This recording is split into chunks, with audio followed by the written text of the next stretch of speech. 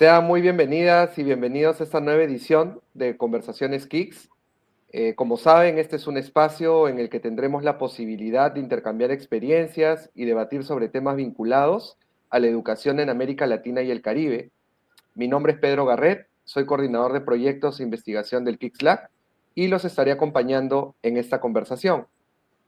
Agradecemos a cada persona que está viendo este contenido a través de nuestro canal de YouTube y también los invitamos a que sigan nuestra fanpage en Facebook y en X, se suscriban a nuestro canal y compartan este contenido.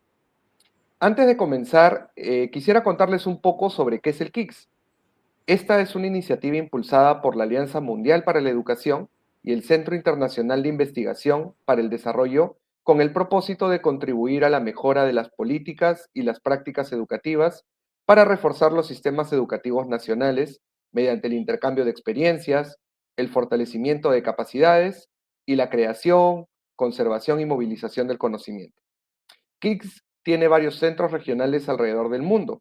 En el caso de América Latina y el Caribe, esta red de conocimiento es liderada por SUMA, que es el primer laboratorio de investigación e innovación en educación para América Latina y el Caribe, y también por la Organización de Estados del Caribe Oriental. A su vez, el KICS-LAC incluye a 10 países miembros: Dominica, El Salvador, Granada, Guatemala, Guyana, Haití, Honduras, Nicaragua, San Vicente y las Granadinas y Santa Lucía. Durante este año, KICS-LAC desarrollará el ciclo de movilización de conocimientos sobre educación en primera infancia, en los que se cuenta con la participación de representantes de países de América Latina y el Caribe, así como de diversas organizaciones nacionales, regionales y globales. Los desafíos sobre esta temática han sido y siguen siendo abordados por diversas organizaciones en América Latina y el Caribe, tales como el diálogo interamericano, creando un valioso ecosistema de aprendizajes compartidos. Con este nuevo ciclo, buscamos integrarnos a estas conversaciones regionales, fortaleciendo las conexiones y promoviendo el intercambio de conocimiento. Nuestro objetivo es contribuir al fortalecimiento colectivo, explorando enfoques innovadores para avanzar hacia una educación infantil de calidad, inclusiva y equitativa. En esta ocasión es un placer tener como invitada a Alejandra Cortázar, Senior Fellow del Diálogo Interamericano, quien es una gran referente en el tema de primera infancia y en la región, con quien hemos colaborado previamente. Alejandra el día de hoy estará conversando con nosotros sobre el trabajo que vienen realizando en América Latina y el Caribe en torno a primera infancia, y vamos a reflexionar con ella sobre los principales avances y desafíos relacionados con el desarrollo integral de los niños y niñas de los países de la región. Muchísimas gracias, Alejandra, por aceptar esta invitación. Hola Pedro, muchas gracias. Hola a todos y a todas. Estoy muy contenta de estar hoy día aquí y poder conversar a la distancia con tantas personas que creen de verdad que la primera infancia es un momento crítico del desarrollo humano. Perfecto, Alejandra, muchas gracias. Para presentarla en extenso, ella es doctora en educación del Teachers College, el Columbia University en New York, y posee también una maestría en psicología del desarrollo por el mismo centro de estudios. Alejandra es fellow del Centro de Primera Infancia del Tecnológico de Monterrey y de la Fundación FEMSA, y también consultora del Banco Mundial. Tiene más de 20 años de experiencia como investigadora y consultora en temas de educación, primera infancia y políticas públicas tanto en Chile como en otros países de América Latina. Ha realizado consultorías internacionales para UNICEF, UNESCO, OSD, RAND, CEPAL, el Diálogo Interamericano y el Banco Mundial. También ha sido consejera de la Agencia de la Calidad de la Educación de Chile y ha sido académica de la Universidad Diego Portales. Bueno, ahora sí, Alejandra, vamos a dar inicio a esta conversación. Y primero, poniendo un poco el contexto, ¿no? de la situación de la primera infancia en la región, se sabe que todavía la situación no es la óptima, además que hay presencia de muchas brechas. Por ejemplo, los niños y niñas de hogares con menor estatus socioeconómico tienen alrededor de 40% menos de posibilidades de acceder a una educación preescolar que sus pares de hogares más favorecidos. Asimismo, diversos estudios han evidenciado que en zonas rurales y comunidades indígenas, la cobertura de educación inicial oscila entre el 50 y el 70%. Y además, precisamente en estos ámbitos, se agudiza la falta de infraestructura adecuada, de material educativo y de docentes especializados. Teniendo en cuenta un poco este escenario regional, ¿qué iniciativas o acciones emblemáticas consideras que se han venido realizando en la región en torno a estas temáticas de primera infancia, pero también desde una mirada de calidad y equidad? Gracias, Pedro, por la introducción y por esta primera pregunta que nos desafía un poco a poner el foco y decir qué es lo que ha estado pasando, dónde hemos puesto la energía. Es cierto que existen unas grandes brechas en términos de acceso a programas de calidad en la primera infancia, tanto dentro de los mismos países como entre los distintos países de la región, o sea, intrapaís y entre país.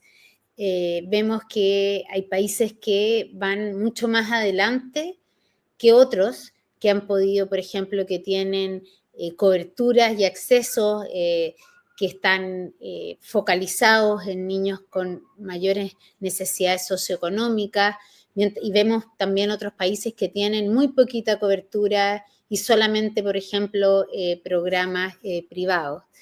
¿Qué acciones o iniciativas más emblemáticas? Yo creo que primero tendría que pensar cómo en los últimos, desde el año 2000, varios países de la región han impulsado una educación inicial pública, que han invertido y han logrado aumentar, especialmente para el tramo de los niños más grandes, de los niños que están en el último año antes de entrar a la primaria.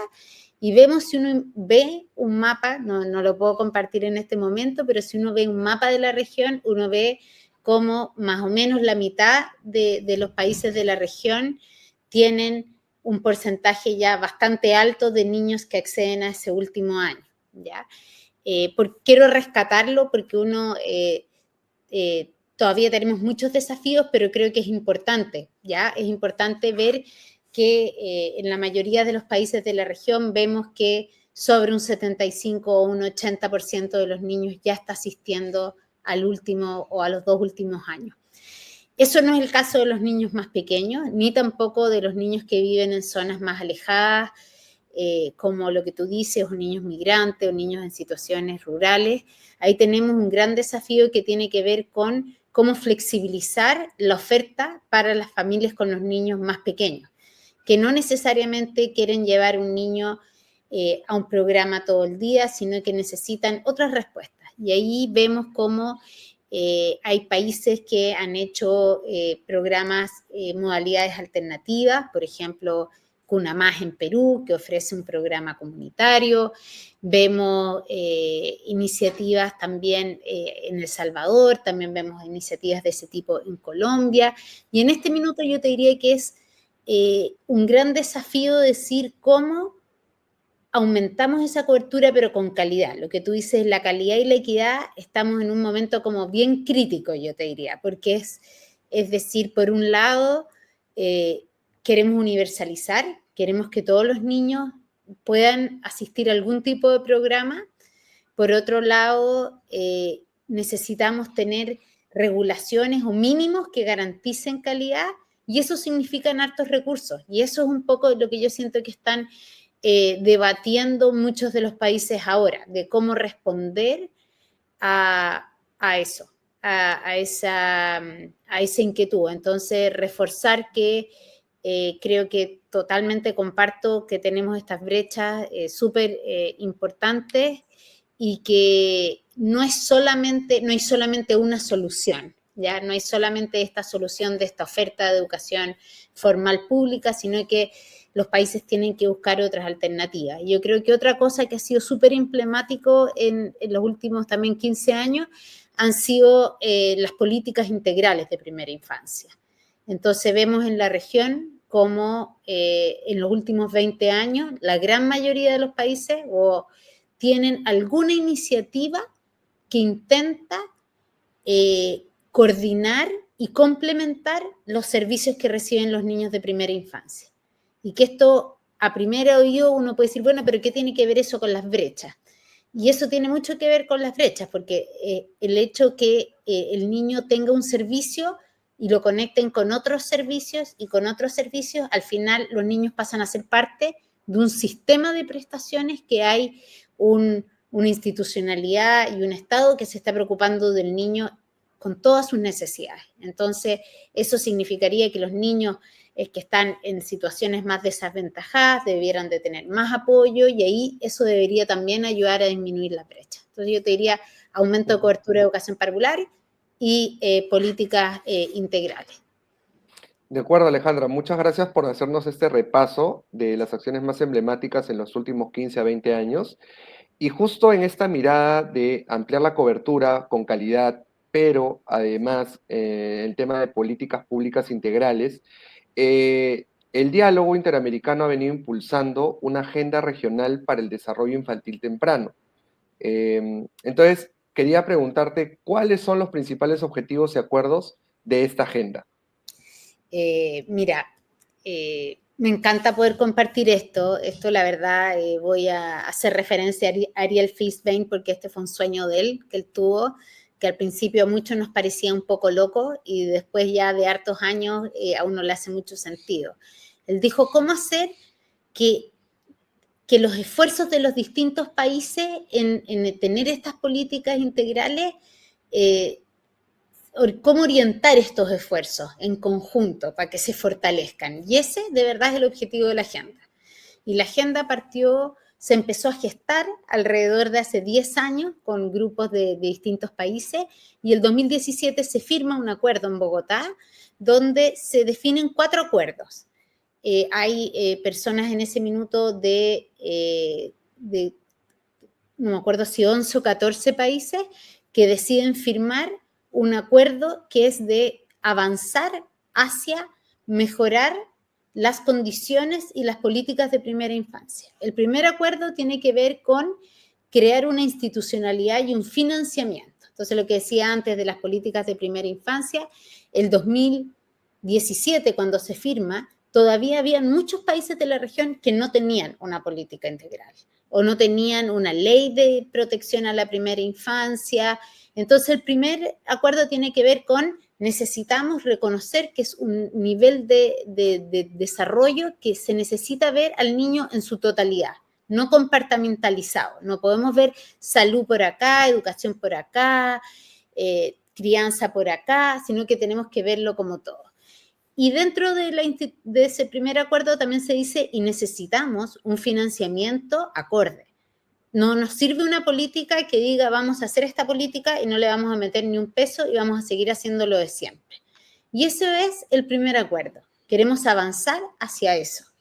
El segundo acuerdo tiene que ver con queremos poder garantizar que los servicios que se entregan son de calidad. Entonces, queremos que los países avancemos a tener sistemas de aseguramiento que aseguren que las prestaciones de estos distintos servicios que trabajarán coordinadamente vayan todos hacia un mismo sentido y se pueda garantizar que eso sea de calidad.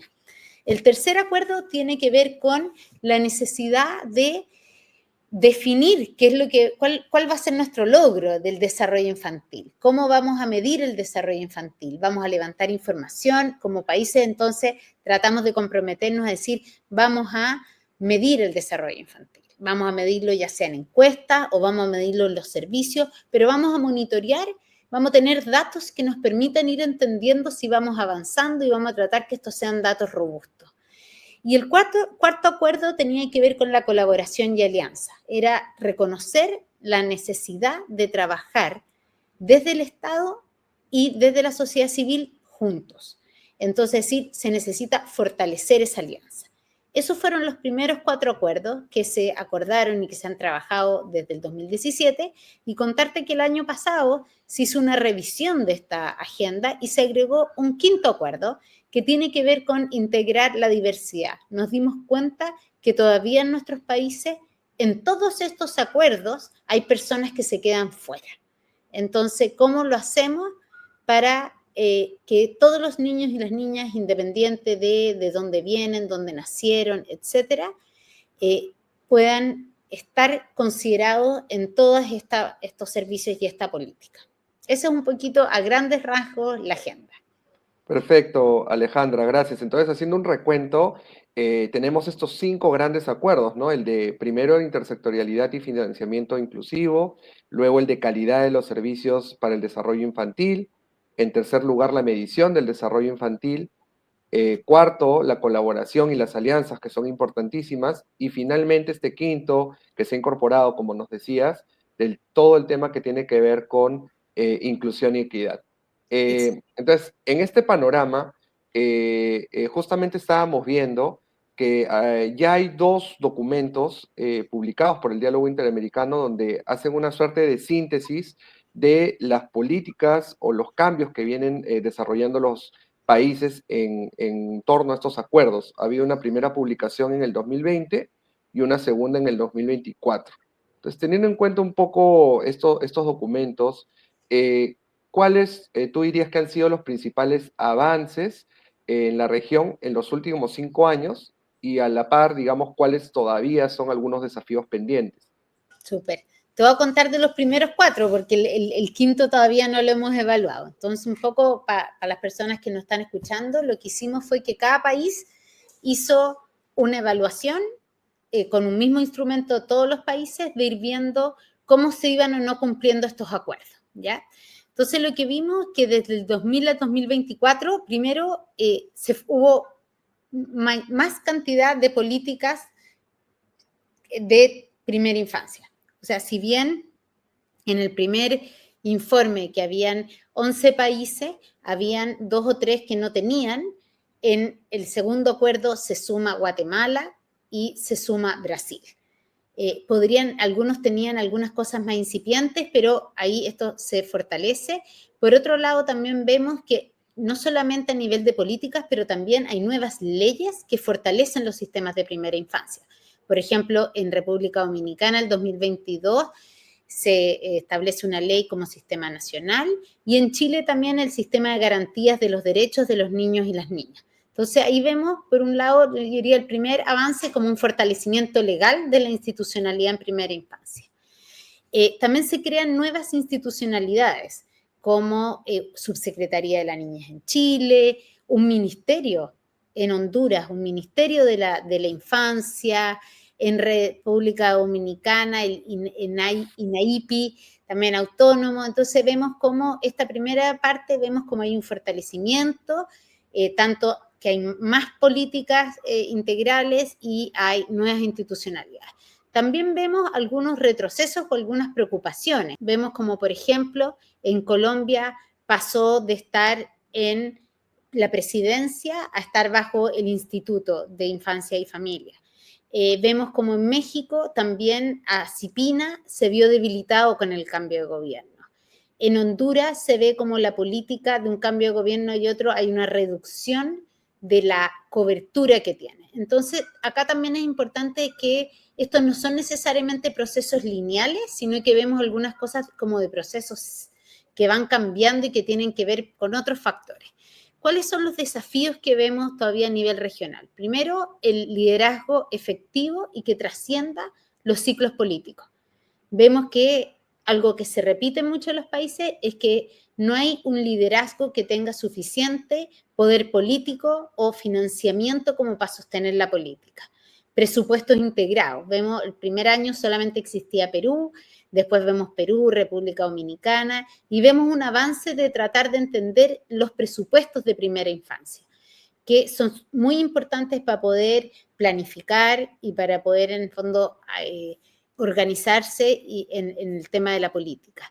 Y por último, la coordinación intersectorial. Vemos que hay desafíos tanto a nivel centralizado, pero también muchas veces hay problemas a nivel territoriales. Y vemos que a nivel centralizado en el documento se habla de mucha coordinación intersectorial, pero lo que se ve en la práctica es que las instituciones no están trabajando juntas.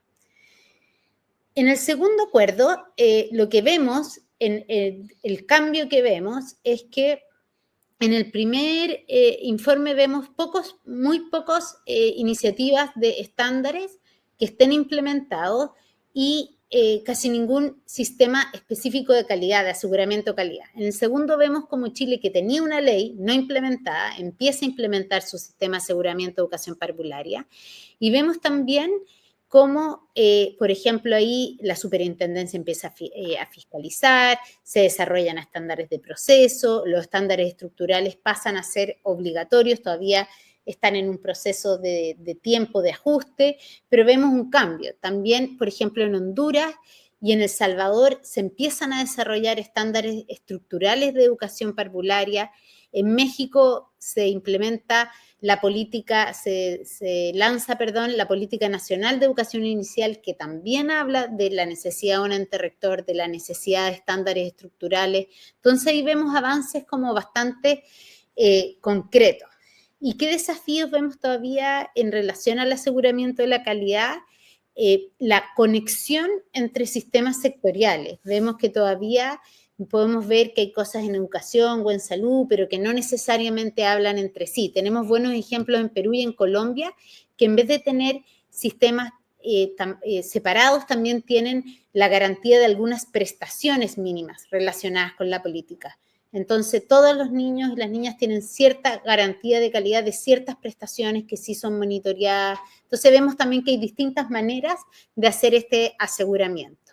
También nos preocupa que hay heterogeneidad de estándares entre distintos proveedores, lo que te decía al principio, cómo garantizar que un niño que va a distinto tipo de programa reciba igual un programa de calidad. Y también a veces que se puede dar como duplicidad de algunas acciones, o sea, que varias instituciones estén haciendo la misma acción.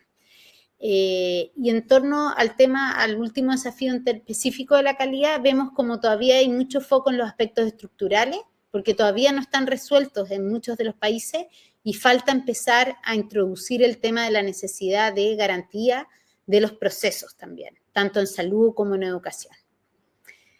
En relación al tercer acuerdo, que tiene que ver con la medición, algo interesante es que vimos entre la primera y la segunda medición un aumento significativo de mediciones, que algunas tienen que ver con la pandemia, que empezaron a hacerse más frecuentes, como en México. Vemos también cómo se incluye en Perú un módulo en la encuesta de hogares. Vemos la cuarta ronda de la ELPI en Chile.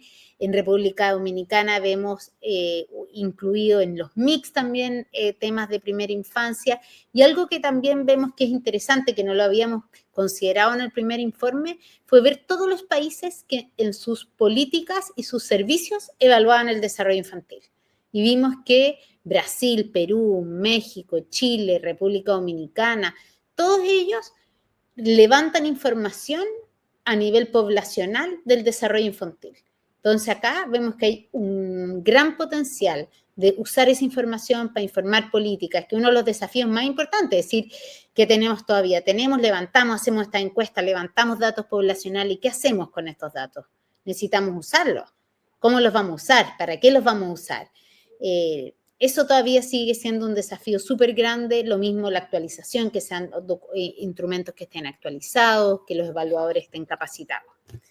Y el último acuerdo, la pregunta un poquito, mi respuesta un poquito larga, tiene que ver con el acuerdo de las redes. Acá lo que vemos es que hay algo que no cambia. Las políticas todavía no incluyen a la sociedad civil y su opinión como algo vinculante. No hay ningún mecanismo en ninguna de las políticas que diga acá nosotros no solamente vamos a escucharles, pero les vamos a hacer caso o van a tener un voto en esta conversación o van a tener una responsabilidad en esto específico. Entonces, ahí todavía hay una preocupación, hay un desafío. Sin embargo, vemos que hay redes que crecen de una magnitud impresionante. En Brasil tiene más de 400 organizaciones, en México más de 485 organizaciones la red, en Colombia más de 200 miembros. Estamos hablando de redes muy grandes que empiezan a tener no solamente poder de convocatoria, sino que también empiezan a tener un rol político importante, de pedirle respuesta al gobierno, de poder dar su opinión. Entonces ahí está pasando algo súper importante. ¿Cuáles son los desafíos? Te decía, lo vinculante. Hay un tema importante también de la sostenibilidad financiera. Entre medio vino el COVID. Estas redes en general dependen de donantes externos de otras fundaciones. Entonces ahí también falta algo con el tema de la sostenibilidad. Y eso yo te diría que son los 4, y el desafío, el último que vimos, y por eso está el acuerdo 5, es como no dejar a nadie fuera. Es decir, y dentro de nadie estamos hablando principalmente de la infancia migrante, estamos hablando de la diversidad, de los niños con discapacidades, porque los niños con necesidad socioeconómica aparecen más en estos temas de equidad, pero estos otros grupos no aparecen tan representados y se empiezan a desdibujar, y creemos que son críticos y que estamos además como región en un momento de mucha demanda de tener respuestas que sean apropiadas para esa población. De acuerdo, Alejandra. Muchas gracias por este balance detallado que nos has hecho sobre los acuerdos de esta agenda regional. Y tú ya has deslizado algunas ideas, pero igual para nuestra audiencia y que quede claro, quizá nos puedes decir desde tu punto de vista cuáles serían estos factores más importantes que se asocian a que en algunos países haya habido estos avances y que quizá en otros ha habido algunos retrocesos, ¿no? ¿Cuáles serían estos puntos clave que tú destacarías? Primero, el tema legal.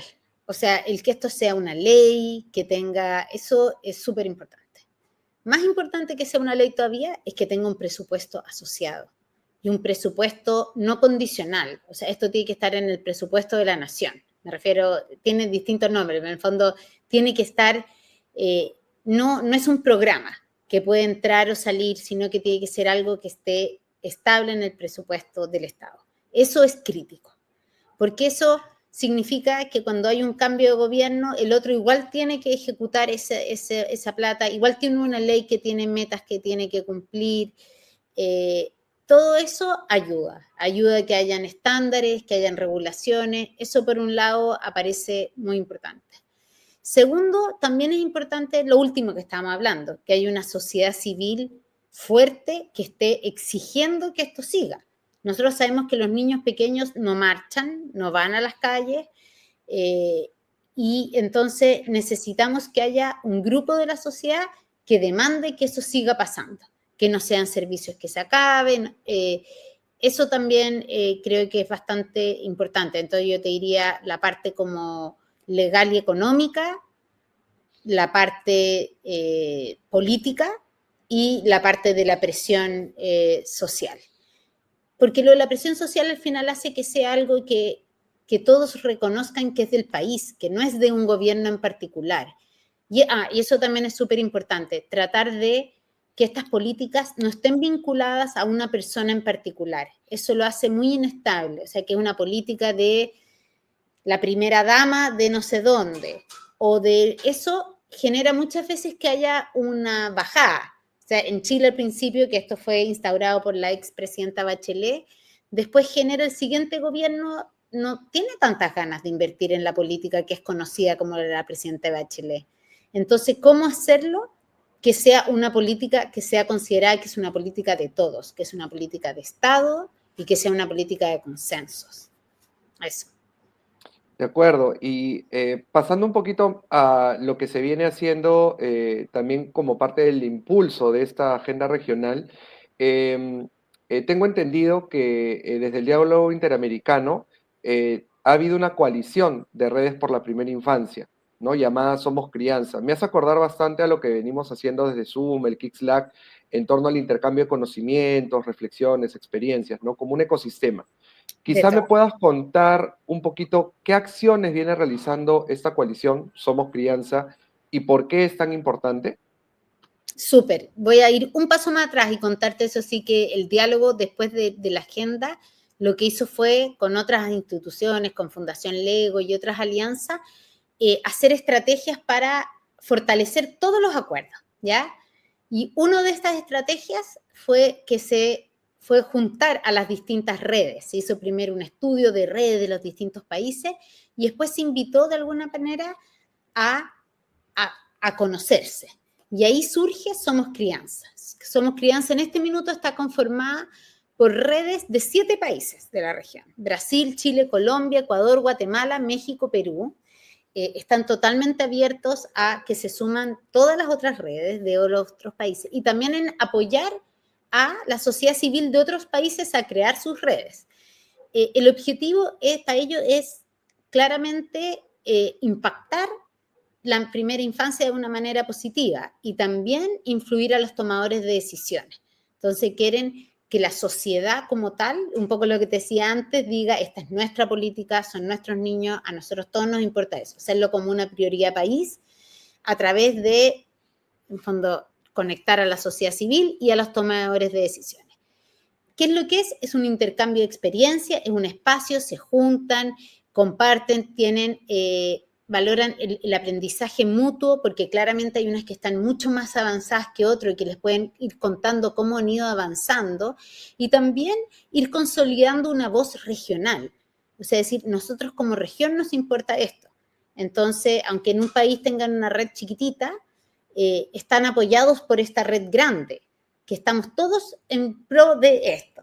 Entonces, eso también lo hace distinto. Y además esta red participa de otras instancias, como por ejemplo, han hecho campañas de comunicación a nivel regional, ahora se juntaron con The Lancet, hicieron un webinar donde hicieron una presentación de una nueva serie de The Lancet, también con ECDAN, han estado, en fondo, esta macro red también se ha ido vinculando con otras redes internacionales, que nos permite a nosotros como región, por un lado, una oportunidad de aprendizaje inmensa, de entender cómo lo están resolviendo otras áreas del mundo, y por otro lado, también compartir nuestras buenas experiencias con otros países que están más atrasados en estas áreas. Entonces, es un proceso, la verdad, muy enriquecedor y positivo entre estas redes que, como te mostraba antes, algunas son súper, súper fuertes. Perfecto, Alejandra. En verdad es un mensaje muy potente, este tema de las alianzas, de las redes y las macro redes, ¿no? Lo que tú nos mencionas, incluso viendo experiencias de otros continentes, otros países y organismos internacionales y la sociedad civil, cuya voz también importa y vienen aprendiendo conjuntamente y colaborando. Me gustaría ir ya cerrando la conversación, que tú nos puedas, en el marco de esta agenda regional para el desarrollo infantil temprano, comentar un poco qué se viene, ¿no? Cuáles son los próximos pasos y quizá algunas recomendaciones para nuestra audiencia, que son de los diferentes países que conforman también esta agenda.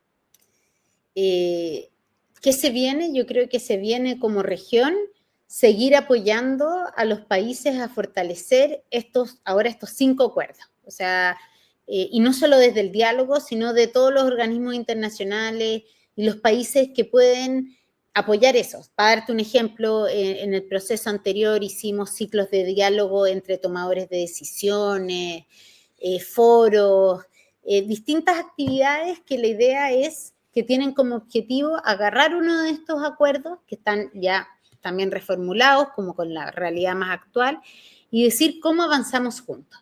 O sea, yo creo que ahora de nuevo se viene este proceso de cómo avanzamos juntos, qué es lo que hacemos juntos, y ahí es una invitación a las distintas fundaciones, organizaciones, organismos internacionales a unir fuerzas. Y decir, acá tenemos una agenda súper clara que está avalada por la segunda versión. Ahora en noviembre fueron 14 representantes de 14 países. Es avanzar juntos. Yo creo que para mí eso es un paso. Y el segundo paso tiene que ver cómo vamos a seguir, uno de avanzar juntos y otro después es de un poco, se conecta quizás con la primera pregunta, es de cómo podemos apoyar a los países que están quedándose atrás. Porque cuando uno ve estos mapas, y si ustedes se dan cuenta, los países que yo en general voy repitiendo, vemos que hay países que están más adelantados y que hay países que no están en la agenda, que hay países que todavía no tienen leyes, que hay países donde hay unas brechas mucho más grandes, países que tienen grandes problemas de desnutrición infantil, grandes problemas de acceso a educación parvularia.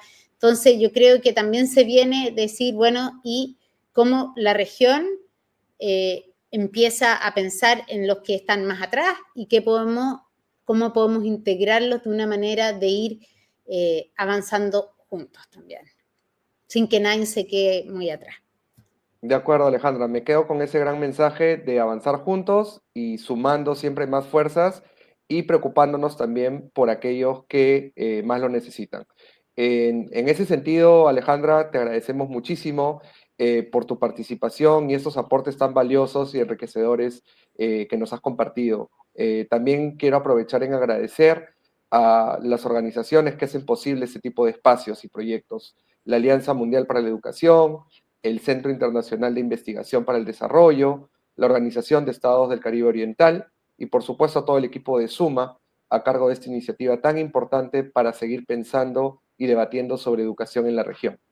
Los invitamos a sumarse al fanpage de Facebook que pueden encontrar como KICS-LAC Hub para seguir de cerca todas las actividades, novedades y eventos que tenemos para ustedes y también la página web del KICS www.gpekicks.org y en Suma también estamos presentes en Facebook, X, Instagram y LinkedIn y también en nuestra página web www.sumaedu.org.